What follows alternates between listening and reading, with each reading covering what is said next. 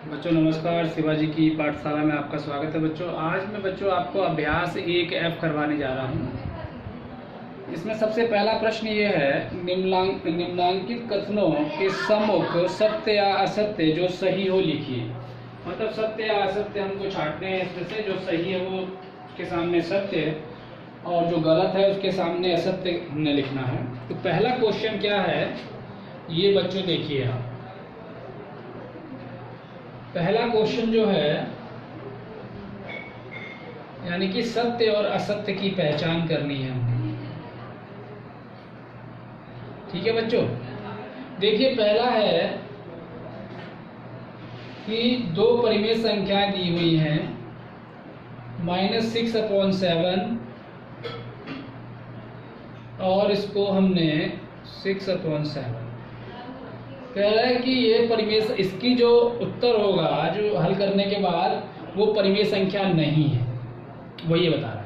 तो देखिए इसको यदि हम सॉल्व करते हैं तो क्या होगा, ये हो जाएगा -6/7 6/7 तो -6 + 6/7 और ये कितना हो जाएगा 0/7। क्या 0/7 एक परिमेय संख्या नहीं है? ये किसके बराबर होगा? 0 के बराबर होगा। तो ये परिमेय संख्या है कि नहीं 0? मैंने आपको बताया था 0 एक परिमेय संख्या होती है।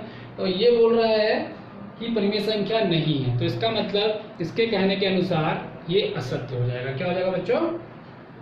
क्योंकि ये इसका जो हल हमने निकाला ये एक परिमेय संख्या है।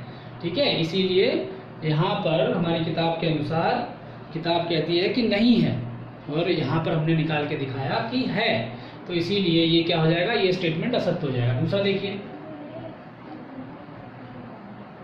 दूसरा बोल रहा है परिमेय संख्याओं के योग का तस्मक अवयव 0 होता है। देखिए परिमेय संख्याओं के योग का यदि 6/7 में हम 0 जोड़ दें तो 6/7 ही आता है, ये हमने आपको बताया था। या फिर 0 में 6/7 जोड़ दें, हमने एक परिमेय संख्या ले ली है कोई भी, तो देखिए 6/7 ही आ रहा है। यदि हम 6/7 यानी एक परिमेय संख्या में 0 को जोड़ रहे हैं तो भी परिमेय संख्या आ रही है, या फिर 0 में उस परिमेय संख्या को जोड़ रहे हैं तो भी वही परिमेय संख्या आ रही है। इसका मतलब परिमेय संख्याओं के योग का तस्मक अवयव 0 है, ये बिल्कुल सत्य है बात, ये आपका इसमें दिया गया है, ये बिल्कुल सही है स्टेटमेंट। तीसरा क्या दिया है, परिमेय संख्या 0 का योगात्मक प्रतिलोम नहीं होता है। कह रहा है कि जो 0 परिमेय संख्या है इसका योगात्मक प्रतिलोम नहीं होता, ये कह रहा है। देखिए 0 को हम 0/1 भी लिख सकते हैं, 0/2 भी लिख सकते हैं, 0/3 भी लिख सकते हैं। अब इसका योगात्मक प्रतिलोम नहीं होता क्या भाई? योगात्मक प्रतिलोम का मतलब 0/-1 -1 लिख सकते हैं, इसको -2 लिख सकते हैं। भाई क्या होगा, ये सब है तो 0 के बराबरी। और योगात्मक प्रतिलोम हमने क्या बताया था कि योगात्मक प्रतिलोम, तो देखिए बच्चों यहाँ पर जो है तो हम इस तरह से लिख सकते हैं, लिख सकते। तो परिमेय संख्या 0 का योगात्मक प्रतिलोम नहीं होता। क्यों नहीं होता? देखिए 0/1 लिख सकते हैं, 0 को 0/2 लिखते हैं, तो 0/1 को हम 0/-1 भी लिख सकते हैं और 0/-2 भी लिख सकते हैं, यानी कि -2 लिख सकते हैं। तो इसलिए इसका ये कह रहा है कि 0 का योगात्मक प्रतिलोम नहीं होता, 0 का योगात्मक प्रतिलोम होता है, इसलिए ये स्टेटमेंट आपका क्या हो जाएगा, असत्य हो जाएगा बच्चों। आगे देखिए, यानी कि जो तीसरा है वो क्या हो जाएगा, असत्य, क्योंकि ये कह रहा है कि नहीं होता है और हम कह रहे हैं कि होता है, इसलिए असत्य हो गया। चौथा कह रहा है कि किसी ऋणात्मक परिमेय संख्या का योगात्मक प्रतिलोम, यानी कि क्या कह रहा है, ऋणात्मक परिमेय संख्या, तो ऋणात्मक कोई परिमेय संख्या ले लीजिए। ठीक है, कह रहा है कि किसी ऋणात्मक परिमेय संख्या का योगात्मक प्रतिलोम एक धनात्मक परिमेय संख्या होगी। अब इसका योगात्मक प्रतिलोम यदि हम लिखें तो क्या होगा, यही होगा। तो ये क्या है, ये धनात्मक परिमेय संख्या है, ये ऋणात्मक परिमेय संख्या। तो ऋणात्मक परिमेय संख्या का यदि हम योगात्मक प्रतिलोम लिखेंगे तो धनात्मक परिमेय संख्या होगी, तो ये सत्य है। इसके अलावा पांचवा क्या बोल रहा है, कह रहा है परिमेय संख्याओं में घटाने का तस्मक अवयव 0 होता है। देखिए परिमेय संख्याओं में घटाने का तस्मक अवयव 0 कैसे हो जाएगा। देखिए 2/3 एक परिमेय संख्या मैंने ले ली और इसमें मैं 0 को घटा दे रहा हूं, तो हमारा 2/3 आ जाएगा। लेकिन यदि मैंने 0 में से 2/3 घटाऊंगा तो मेरा आंसर क्या आएगा, ऋण का 2/3। तो देखिए इसीलिए यहाँ पे शून्य जो है वो तस्मक अवयव नहीं है, घटाने का नहीं है। ये शून्य जो है किसका है, ये शून्य हमारा योग का तस्मक अवयव है। ठीक है, तो इसीलिए यहाँ पर ये स्टेटमेंट हमारा क्या हो जाएगा, 5वां, ये गलत हो जाएगा। परिमित संख्याओं में गुणा का तस्मक अवयव 1 है ना। तस्मक अवयव यानी आइडेंटिटी एलिमेंट, देखिए 5वां, इसमें 8 क्वेश्चन दिए गए हैं आपके असत्य और असत्य में, और बहुत ही इंपॉर्टेंट है, हमको ये आने चाहिए, रट्टा नहीं मारना है बिल्कुल भी बच्चों। एक एक स्टेटमेंट जैसे दिया गया है वैसे इसको करते जाना है। देखिए 6 क्या है, 6 क्या है कि परिमेय संख्याओं में गुणा का तस्मक अवयव 1 है। तो परिमेय संख्या मान लीजिए मैंने एक 4/-5 ले ली, इसका कह रहा है कि गुणात्मक परिमेय संख्या में गुणा का तस्मक अवयव 1 है। तो यदि मैं 1 इसमें मल्टीप्लाई करूं तो क्या आएगा, 4/-5 ही आएगा। तो देखिए ये सेम ही है, यानी कि जब हम 1 को गुणा करते हैं किसी भी परिमेय संख्या से तो वही परिमेय संख्या आती है, इसका मतलब ये सत्य है। अगला देखिए 7, एक ऋणात्मक परिमेय संख्या का गुणात्मक प्रतिलोम एक ऋणात्मक परिमेय संख्या होती है। देखिए एक ऋणात्मक परिमेय संख्या, मैंने एक ऋणात्मक परिमेय संख्या ले ली, एक ऋणात्मक परिमेय संख्या गुणात्मक प्रतिलोम। गुणात्मक प्रतिलोम मतलब इसका रेसिप्रोकल, यानी कि 5/-4। ठीक है, एक ऋणात्मक परिमेय संख्या हमने ये ली, इसका गुणात्मक प्रतिलोम हमने ये लिया। तो क्या करा, एक ऋणात्मक परिमेय संख्या का गुणात्मक प्रतिलोम क्या हो रहा है, एक ऋणात्मक परिमेय संख्या। देखिए ऋणात्मक परिमेय संख्या है, ऋणात्मक परिमेय संख्या का गुणात्मक प्रतिलोम एक ऋणात्मक परिमेय संख्या होगी। सत्य है कि नहीं, बिल्कुल सत्य है। 8th लीजिए बच्चों आप क्वेश्चन, यदि परिमेय संख्या x का योगात्मक प्रतिलोम x है तो x बराबर 0 है। यानी कहने का मतलब क्या है कि यदि x का मान 0 है, यानी कि 0 का योगात्मक प्रतिलोम क्या है, मतलब x का योगात्मक प्रतिलोम x है, तो यहाँ पर x बराबर 0 है। तो ये क्या होगा, सत्य होगा, क्योंकि 0 का योगात्मक प्रतिलोम क्या होगा, 0/1 लिख सकते हैं, तो 0/-1 होगा, नहीं होगा। तो इसलिए यहाँ पे x बराबर 0 है, तो ये भी आपका सत्य है, क्योंकि ये 0 के लिए सत्य है स्टेटमेंट। यदि परिमेय संख्या x का योगात्मक प्रतिलोम x है तो यहाँ पे x का मान 0 होगा, तो ये बिल्कुल सत्य है। ठीक है, तो ये थे आपके सत्य और असत्य जो मैंने आपको करवा दिए। आगे देखिए,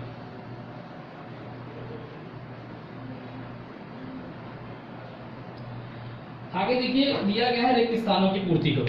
तो रिक्त स्थानों की पूर्ति कैसे होगी, जैसे मानिए आपको -5/12 दिया है बच्चों,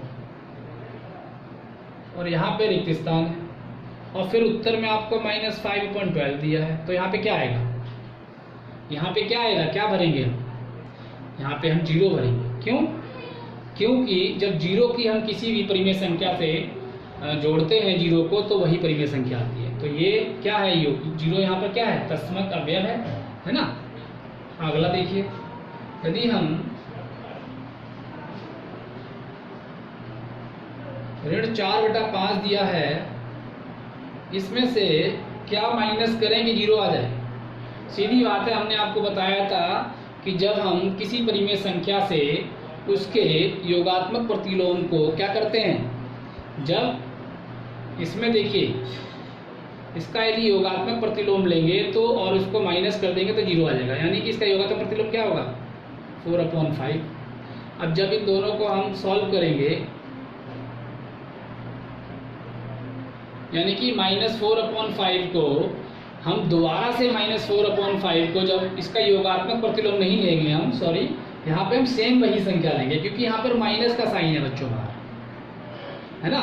तो जब सेम संख्याओं को हम आपस में क्या करते हैं, जब बिल्कुल सेम जो परिमेय संख्याओं को हम आपस में जब उनको घटाते हैं तो हमारे को शून्य मिलता है। जैसे 3 में से 3 जाता है तो 0 होता है ना, 4 में से 4 जाएगा तो 0 होगा।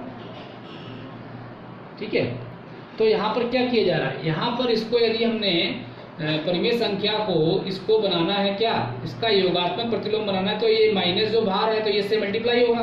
तो देखिए यदि -4/5 और ये इसमें मल्टीप्लाई हो जाएगा तो ये +4/5। अब ये क्या हो गया, -4/5 का ये हो गया योगात्मक प्रतिलोम, +4/5, तब इन दोनों को जोड़ेंगे तो 0 आएगा।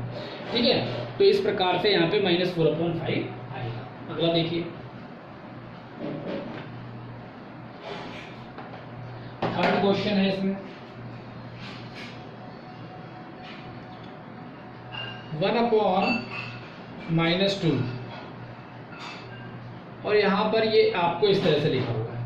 ठीक है, ये किसके बराबर होगा। देखिए यहाँ पर मैं आपको एक चीज समझा देता हूँ कि 1/x को हम x की पावर -1 लिख सकते हैं। ठीक है, जैसे कि 1/5 को हम 5 की पावर -1 लिख सकते हैं, यानी 5 की घात -1 लिख सकते हैं। ठीक है, ये हमारा इसका रूल होता है। ठीक है, जिस तरह से यदि मैंने यहाँ पे ले लिया एक एग्जांपल, मतलब 12/7 है और 12/7 को मैं क्या लिख सकता हूँ, इसका योगात्मक प्रतिलोम क्या होगा, 7/12, यही होगा, 7/12 होगा। और नहीं तो मैं इसको ऐसे भी लिख सकता हूँ 12/7, थोड़ा स्पेस कम है, मैं दोबारा लिख देता हूँ, ध्यान से समझिएगा इसको, ध्यान से समझिएगा।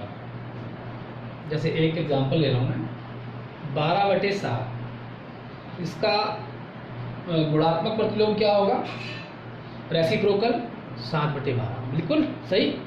उसके बाद अब इसको हम किस तरीके से लिख सकते हैं, इसको हम इस तरीके से और लिख सकते हैं। देखिए इसको हम 12/7 ही रहने दें, लेकिन घात हम -1 लगा दें। ठीक है, ऋण 1 लगा दें, तो ये भी तरीका है हमारे। इसको हम इस तरीके से भी लिख सकते हैं और इसको भी ऐसे भी लिख सकते हैं। ठीक है, ऐसे ही ये क्वेश्चन है। यहाँ पर क्या होगा, इसका मतलब यहाँ पर आप देख रहे हैं ये पावर 1 हो गई, तो जब ये हम हटा देंगे तो हम इसको ऐसे लिख सकते हैं। ठीक है, तो यहाँ पर हम -2/1 लिख सकते हैं। लिख सकते हैं, नहीं लिख सकते। देखिए मैं आपको एक और समझाता हूँ, थोड़ा सा समझिएगा ध्यान से। जैसे मान लीजिए आपको 7/8 दिया है, 7/8। 7/8 का आपको मल्टीप्लिकेटिव इन्वर्स, रेसिप्रोकल या फिर गुणात्मक प्रतिलोम, कुछ भी बोल दीजिए, आपको लिखना है तो 8/7 लिखेंगे आप, एक तरीका ये है। और नहीं तो आप 7/8 ही लिखा रहने दीजिए और ये आप पावर लिख दीजिए।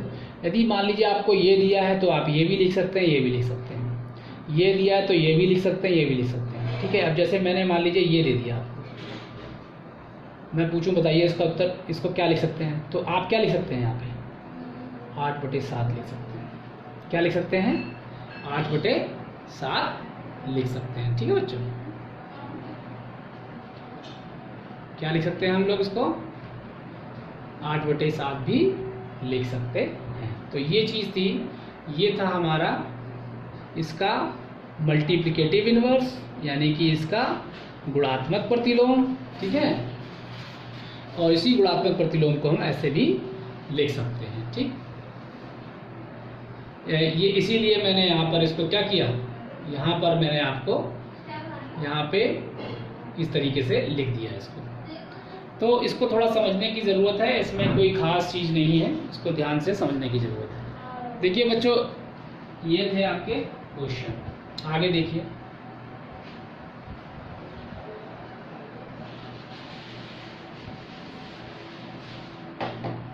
इसी में 4th क्वेश्चन दिया हुआ है, इसको देखो आप। -2/3 मल्टीप्लाइड बाई 3/4 और ये आपका ब्रैकेट के अंदर हो गया।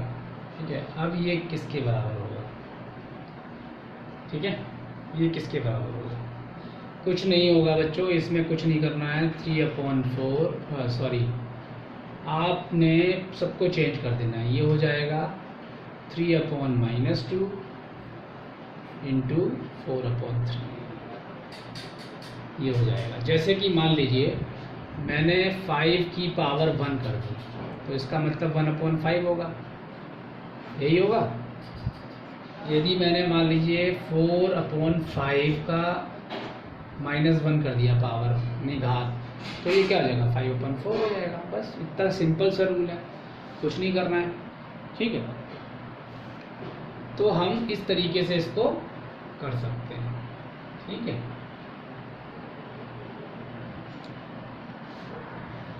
हाँ तो बच्चों देखिए, इसको यदि हम सॉल्व करते हैं, इसको हम सॉल्व करके देखते हैं, तो इसके इक्वल में क्या आएगा।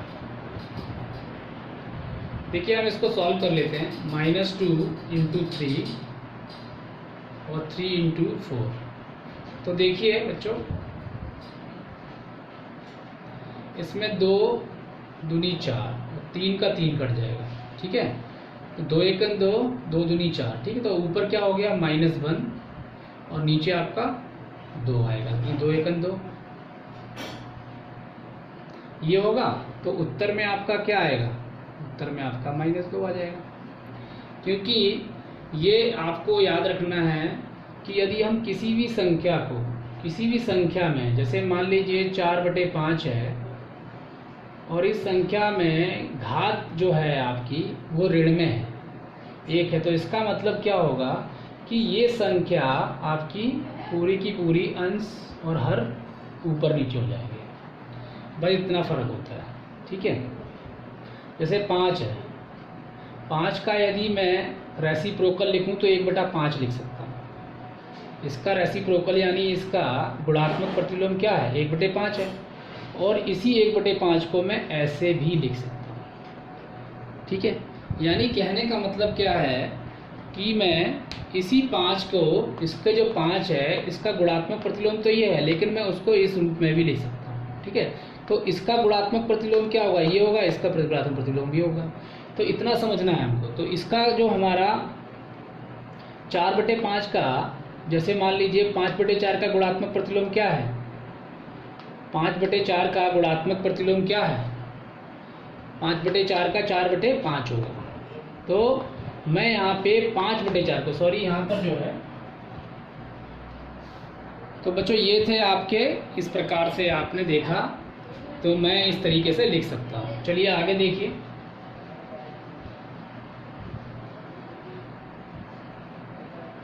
यहाँ पर x का मान बताना है आपको। क्वेश्चन नंबर 3 है, x का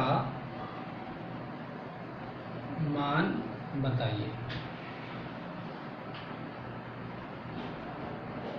ये यार आगे करते हैं, इसको छोड़ो, ठीक है बच्चों। यहाँ पर मैं इस अभ्यास को जो है, एक F को मैं नेक्स्ट लेक्चर में कराऊंगा, क्योंकि ये काफ़ी बड़ा हो जा रहा है, ठीक है। तो आप यहाँ तक देखिए, 2 क्वेश्चन मैंने करवा दिए। यहाँ पे 3, 4, 5, 6 यानी कि 4 क्वेश्चन आपके और रहते हैं। ये मैं आपको नेक्स्ट क्लास में करवा दूँगा, ठीक है बच्चों। थैंक यू वेरी मच बच्चों फॉर वॉचिंग दिस वीडियो।